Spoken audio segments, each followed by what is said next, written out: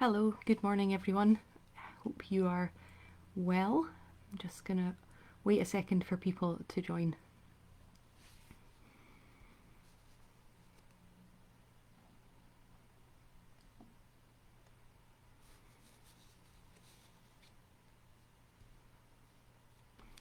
So welcome to this week's Learn with Lorna, the 57th in the series. My name's Lorna Steele. I'm the Community Engagement Officer for the Highland Archive Service. The Highland Archive Service, as many of you I'm sure will know by now, has 4 archive centres, so this goes out across all of our 4 Facebook pages. The Highland Archive Centre in Inverness, the Nucleus, the Nuclear and Caithness Archives in Wick, the Lochaber Archive Centre in Fort William, and Skye and Lochalsh Archive Centre in Portree. So, hello, it's nice to see everybody saying hello. It's nice to be back live with you this week. Thank you for all of you who gave me, good wishes for my week off. Unfortunately, I did end up in A&E with a chipped ankle bone and a sprain, so I'm now sitting here in a boot with crutches. So it wasn't quite the week off I was aiming for, but it's all good. It's all good. Plenty of people worse off. So, this series, as you will know, is brought to you by High Life Highland at no cost to the viewer. High Life Highland is a charity registered in Scotland, and there's no payment or subscription required to take part in this series of events. So this week is the final in our series of this month looking at landmarks and locations. This week we're looking at the growth of Highland tourism. It's really interesting as I was putting this together, thinking about writing this at a time when domestic tourism is such a big thing by necessity because international tourism is not. This week we've had museums and cafes and shops and things all reopening in Scotland, so a really big change in what the norm has been over the last few months, and 3 of our archive centres reopening this week this week as well. I'm aware as I talk about this particular subject that it's an interesting one from an audience point of view, because some of you will be visitors or potential visitors to the Highlands, and some people will be Highland residents, and that has there's different things to consider with that range of audiences, and so I'll try and touch on some of those things. But I wanted to start by thinking about why do people come to the Highlands, and maybe if you have come or would like to come as a visitor, then please do comment about that, and I'll pick up those as they come into the side of my screen. But what draws people to visit the Highlands? And how has that changed over time? And what do we have within our collections that tell that story of people coming and visiting and interacting with the Highlands? Another thing I was fascinated with when I was putting this talk together was just how much of this links into previous week's subjects. So, for instance, I think a lot of people come to the Highlands because of the things we've touched on recently. So the castles, the battles, that romantic image of the Highlands. People come because of the scenery, the mountains, the lochs. They come to take part in sports, so whether that's skiing or hill walking or golf, all sorts of different reasons. And those are things that many of those that we've covered in the past few weeks, which I thought was really interesting, that range of subjects that make up the Highlands and Highland heritage are a lot of what draw people to visit. So people come to visit our museums, so for instance the West Highland Museum, Clancameron, Wick Heritage, all of whose papers we look after for them. People come to see our lochs and glens, and maybe to see Nessie that we talked about a few weeks ago. And a lot of people come as a result of the Highland diaspora. So people who have had to leave the Highlands after the clearances, after the Jacobite risings, or for a multitude of other reasons, the descendants of those people often feel a pull to come back and to visit the Highlands, and then to come and trace their family history. So all of those things are intertwined in what makes people come to visit, I think. But where did it start, and how did the tourism as an industry grow? I think for many, many years, there was a perception to many out with the Highlands that the Highlands was a very remote place. It was somewhere wild and savage. It was somewhere on the edge of the rest of the country, which is particularly interesting if you have a look at the landmass of the Highlands, just have a look at the map, and you'll see how what a huge part of the country the Highlands takes up. So it's funny to think that there was that perception of it being so far removed from the rest of the country. Yes, Craig Money, yes, I did say Nessie. And so it wasn't really into the 1700s that this began to change, this image of the Highlands.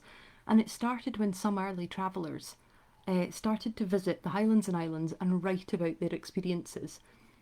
They particularly wrote about their interactions with the landscape and the impact that landscape had on them. I don't know if there's anybody watching from the Lake District, but if there is, please do chip in, because I think it's a fairly similar story in the Lake District. So people started to come and visit the Highlands and write about their experiences. And there's a few examples that I want to tell you about. One was the Reverend Dr. John Walker. And he, in the 1760s and 1770s, wrote a text about his tour of the Highlands. And I wanted to read a tiny little bit of that from you, talking about his time in Skye. And he says, "The Cuillin Mountains, which are amongst the highest in the British Isles.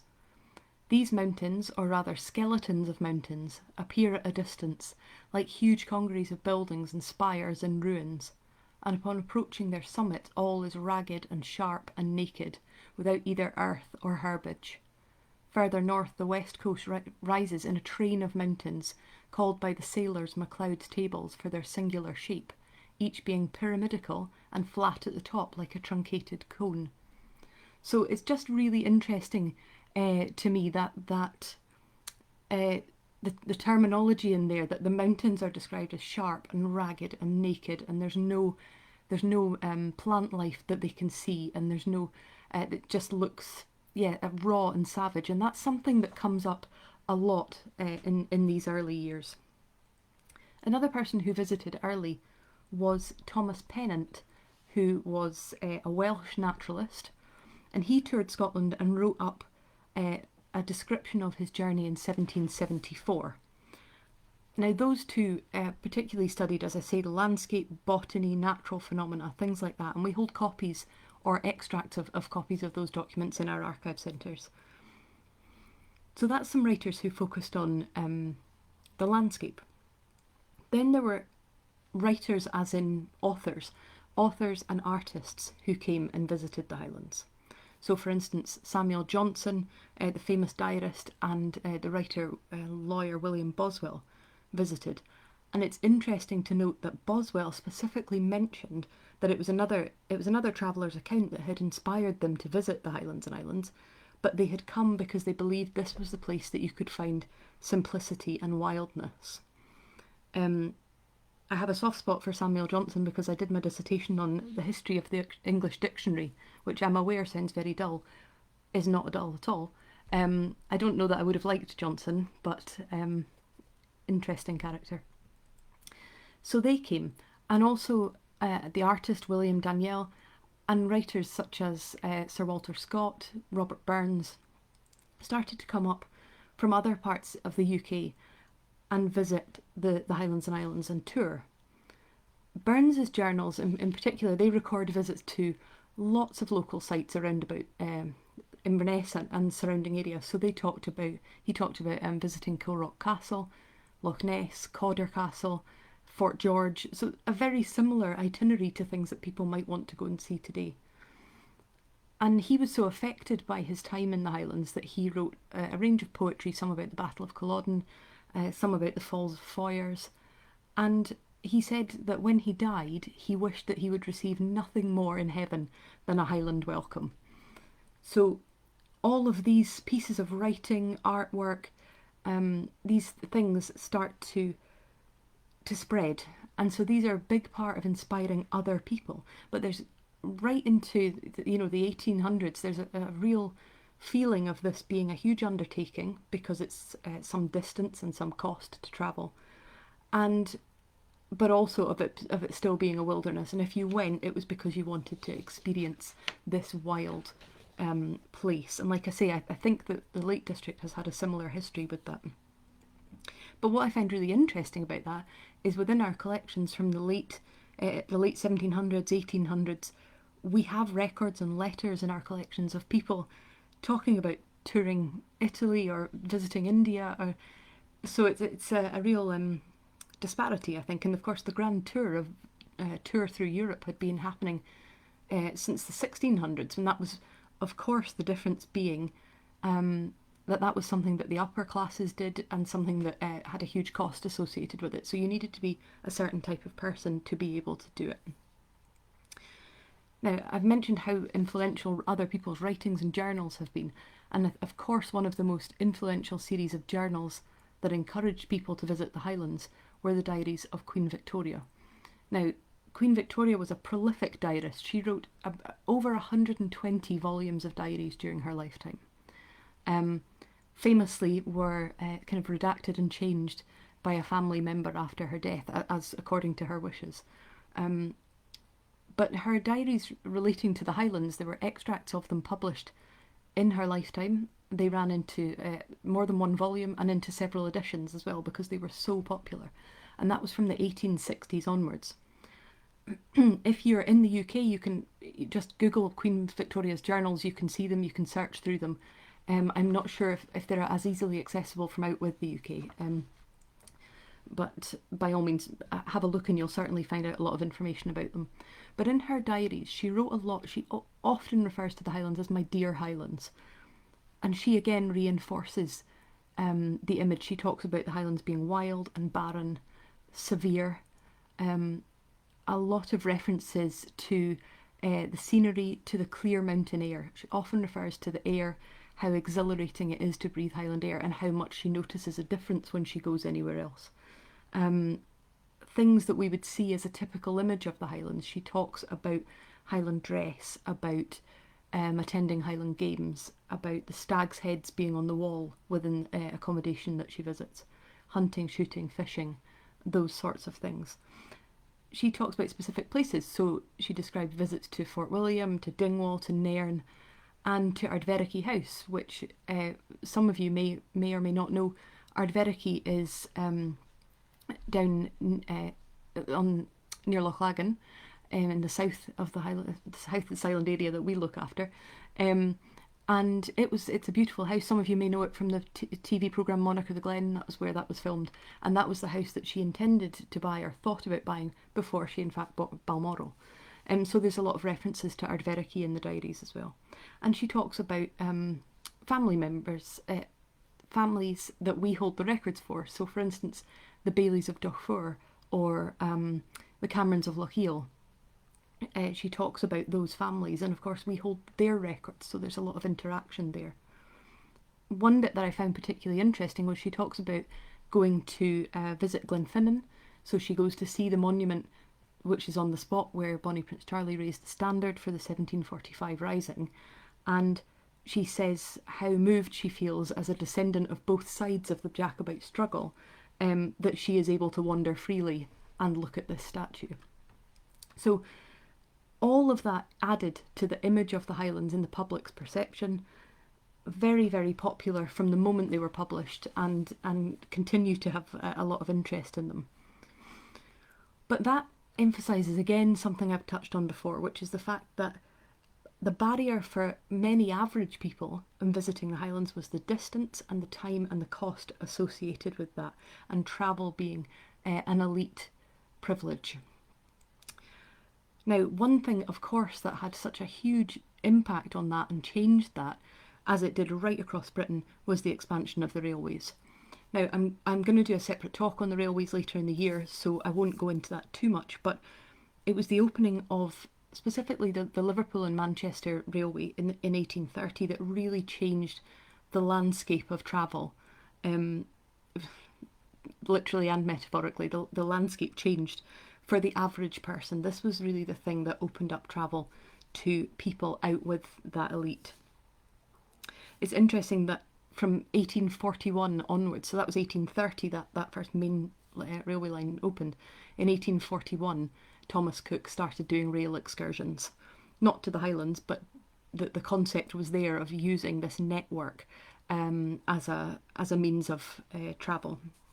and a means of tourism and encouraging people out with the area they lived in for recreation and pleasure. Very quickly after that first railway, there were hundreds of Acts of Parliament passed for the development of new railways, including in the Highlands. And the 1840s, 50s and 60s saw a vast expansion of railways across the Highlands, and that opening up of the area for people to visit, so that the ability to get there, coupled with those things that are firing the imagination and the inspiration, all happening around about the same time. And we hold a huge amount of information relating to this railway boom. So we hold track plans and blueprints and reports and timetables and requests for land purchase to put the railway through, petitions, letters, some fantastic volumes of every bridge on a railway or viaducts, things like that. So a really huge amount of information. And the other thing the railways had in their favour was that Queen Victoria was a huge fan, and if we've learned anything, Queen Victoria being a huge fan of something tended to make it very popular with the general population. Before I come on to after the railways, a reminder that the series is brought to you by High Life Highland at no cost to the viewer, that High Life Highland is a charity registered in Scotland, and that there's no payment or subscription required to take part in these events. But as I always say, if you're able to donate towards our work, then we're truly grateful for those of you who have been able to. It really makes a difference to us. Okay, so the development of the railways really opened up the Highlands to a wider range of people to be able to visit, and they came to walk, to climb, to sightsee, to look at the scenery, to attend Highland Games, all sorts of different things. And of course, there are many famous Highland Games across the Highlands. They don't have, I think, quite as long a legacy perhaps as people think they do, but for instance, the Highland Games in Inverness, the Inverness Games, started in 1822 as part of the Northern Meeting, which again I'll maybe come on and do a talk about. That's a very interesting organisation, really interesting history. So the Games in Inverness started in 1822, but there's famous games right across the Highlands, in Nairn, in Falkirk, in Skye, Glenfinnan, some of which are associated with clan gatherings or clan rallies. So for instance, the Newtonmore Games still associated with the Macpherson clan rally, and there are a range of others. And we hold papers relating to some of these Highland Games. For instance, the Skye Games. They began in September 1877, and they had grown out of the Skye gathering balls. And there's a similar thing with the Northern Meeting. There's a feeling about, a summer event and these balls that would happen through the year. And our Skye Games collection is fantastic. It has a huge amount of information relating to the annual games, including documents that talk about the way the games has developed and changed according to the needs of the area at the given time. So for instance, after World War II, I mentioned that it grew out of the Skye gathering balls. After World War II, that split, so the Games Committee split from the Skye Gathering Committee. These records talk about diversification. So for instance, in 1950, there was the establishment of what was known as the Skye Week, and that was an attempt to kind of capitalise on the games and increase that, so to lengthen the tourist season, to encourage people to stay for longer in Skye and experience more of it than just the games. So we hold records within our collections about the Highland Games as well, and that thing that is, such an image of the Highlands. But to backtrack a little bit, I'm aware I'm talking about 1950 there, but to backtrack just a little bit, I've mentioned several times the distance to the Highlands being a barrier for some people being able to get here.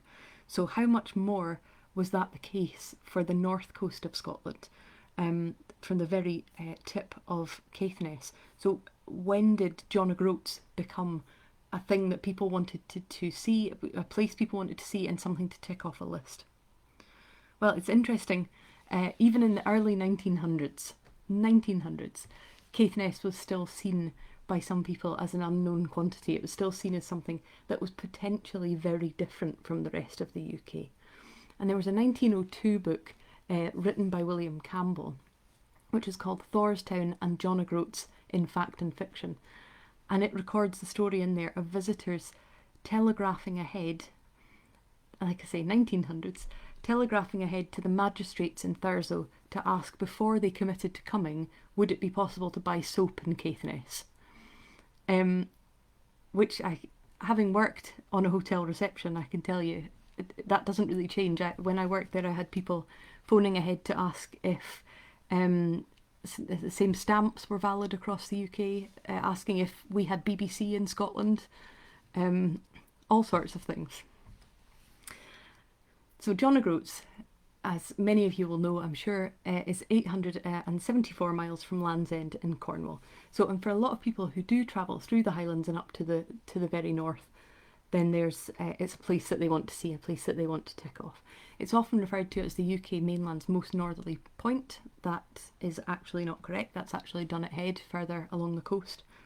But for many people, for many years, they've undertaken that journey from Land's End to John O'Groats. On foot, on bike, people drive, people do it on motorbikes, all sorts of things. And of course, many people do it for charity, and that's a very frequent thing for us to see, coming up the A9 and overtaking bikes who are cycling the length of the country for charity. And it's really interesting that our team up in Nucleus recently have been doing some research about one person who did that journey. Someone who, an inquirer had got in touch to ask about this particular traveller, Dr. Francis Campbell. Now, Dr. Francis Campbell was the principal of the Royal Normal College and the Academy of Music for the Blind in Upper Norwood, which is in London. He was blind, and he completed the Land's End to John O'Groat journey in August 1888 on a custom-made bike. So he put two tandem bicycles together, connected them together, so two tandem tricycles connected together to seat 4 men on this contraption, which he had custom built so that he could undertake this journey, which I just find completely fascinating. And he had to do the journey in stages because he kept returning to London to work and then come back and pick up where he'd carried on and go back to London and carry on, which is just extraordinary. And like I say, that's one of the things that I don't know if any of you watching have done John O'Groats to Land's End either way round, but it's something that is on a lot of people's bucket lists, I think. But incidentally, the other thing that was not a barrier to people travelling to Caithness was in 1957, which was when the dome of Dounreay opened, the nuclear power station. When the dome opened in 1957, 7,000 people turned up on the day to see that. So people can get places if they want to. So coming into the 20th century, we start to see a huge increase within our collections of tourist-specific material. So up until that point, a lot of what we see is either letters, people talking about going places, or it's the infrastructure, things like the railways being put in place. But when we come to the 20th century, we start to really see in our collections an increase in tourist-specific material. So things like guidebooks, leaflets, dedicated maps, routes and journeys for cyclists or for walkers, things like that.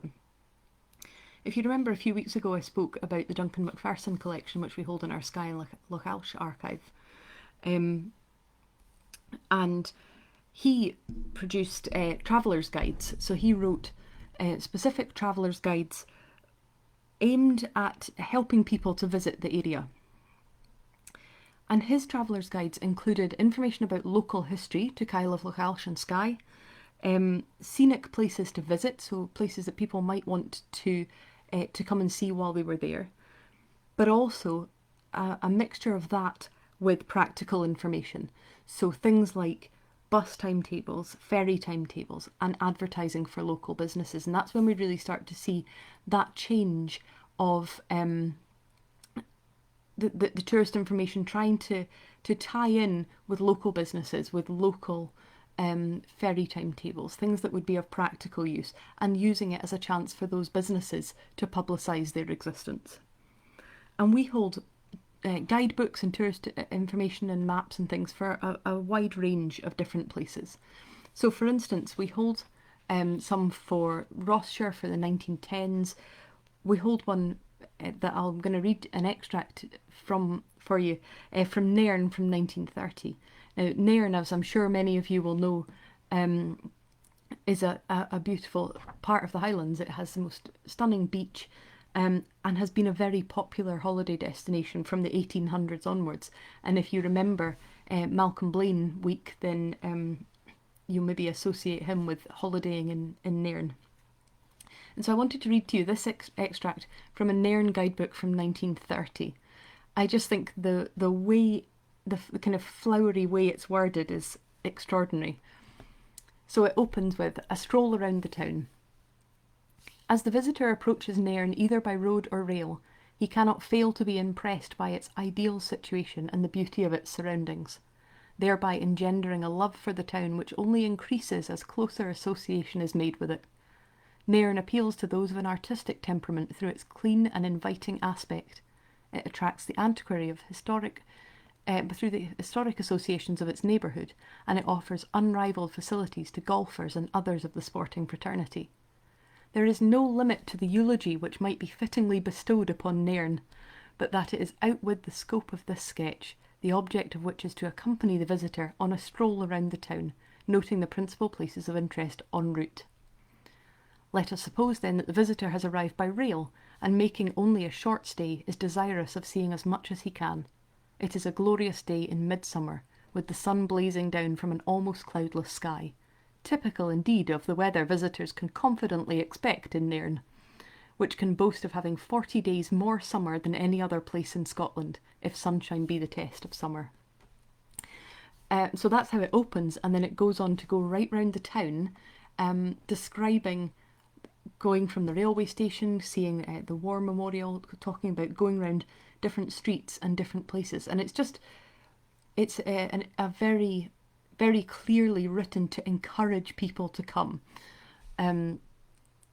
I don't live that far from Nairn, so I'm not going to commit to whether it is you are confidently able to expect glorious sunshine at all times, but there's sometimes a little bit of license in these things. So as I say, we hold those for different places within the Highlands. And as we come on further into the 20th and 21st centuries, the records that we hold begin to reflect not only that continued desire to welcome visitors to the Highlands, to encourage people to come and see it, but also the challenges that go hand in hand with that. So things like planning and strategy, facilities and accommodation and maintenance of sites and things start to come into the representation in the collections. It starts to become visible that there's an awareness of a need to care for and protect the things that people are coming to see. And so in 1965, the Highlands and Islands Development Board was established with the aim of promoting and assisting the economic and social development of the Highlands and Islands. And in 1966, there was a government white paper, and a part of that was a mandate for increasing and developing tourism within the Highlands and Islands. So we start to see the strategy coming in a bit more. Now, the Highlands and Islands Development Board was dissolved in 1991 and was replaced by the Highlands and Islands Enterprise. And they still have a remit to look after tourism in the area, but that's only one part of it, because they also focus massively on life in the Highlands, so businesses and energy systems and all sorts of other infrastructure things. But we hold a really wide range of items related to these bodies. Some of these records are also held in the National Records of Scotland if you're interested in finding out more about them. But we hold things like information leaflets, tourist publications. So for instance, from the 70s and 80s, we have annual tourist publications about the Aviemore ski resorts, encouraging people to visit, coming to stay for a week for £20, things like that. But also among that collection, things like land use reports, conference material, admin files. So like I say, that the two-handed approach of encouraging people to come whilst also being aware of how to manage that.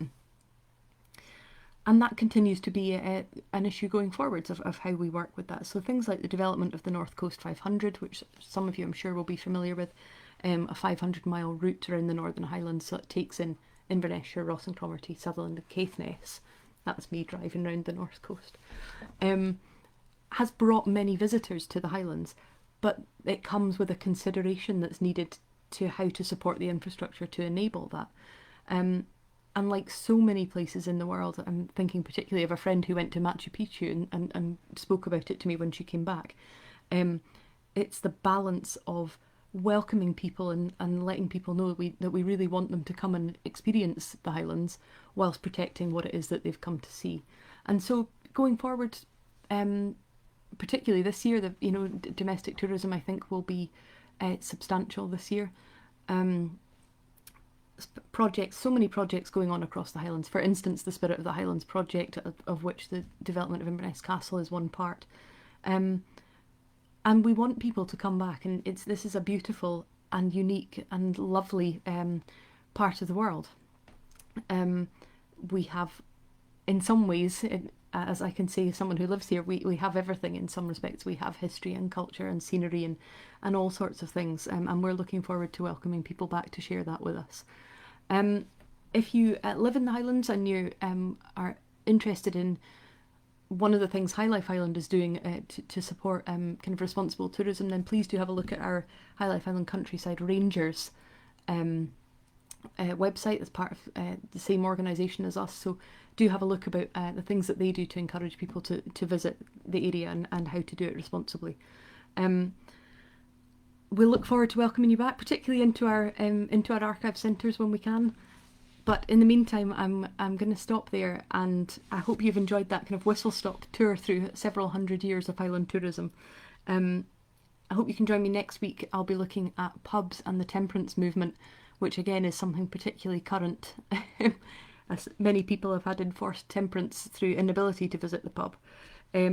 So I hope you can join me next week when we'll look at that. But in the meantime, thank you for joining me today and all your nice comments. And a reminder that this series is brought to you by High Life Highland at no cost to the viewer. That High Life Highland is a charity registered in Scotland, and that there's no payment or subscription required to take part in these talks. But if you're able to donate towards our work, then we are very, very grateful for that.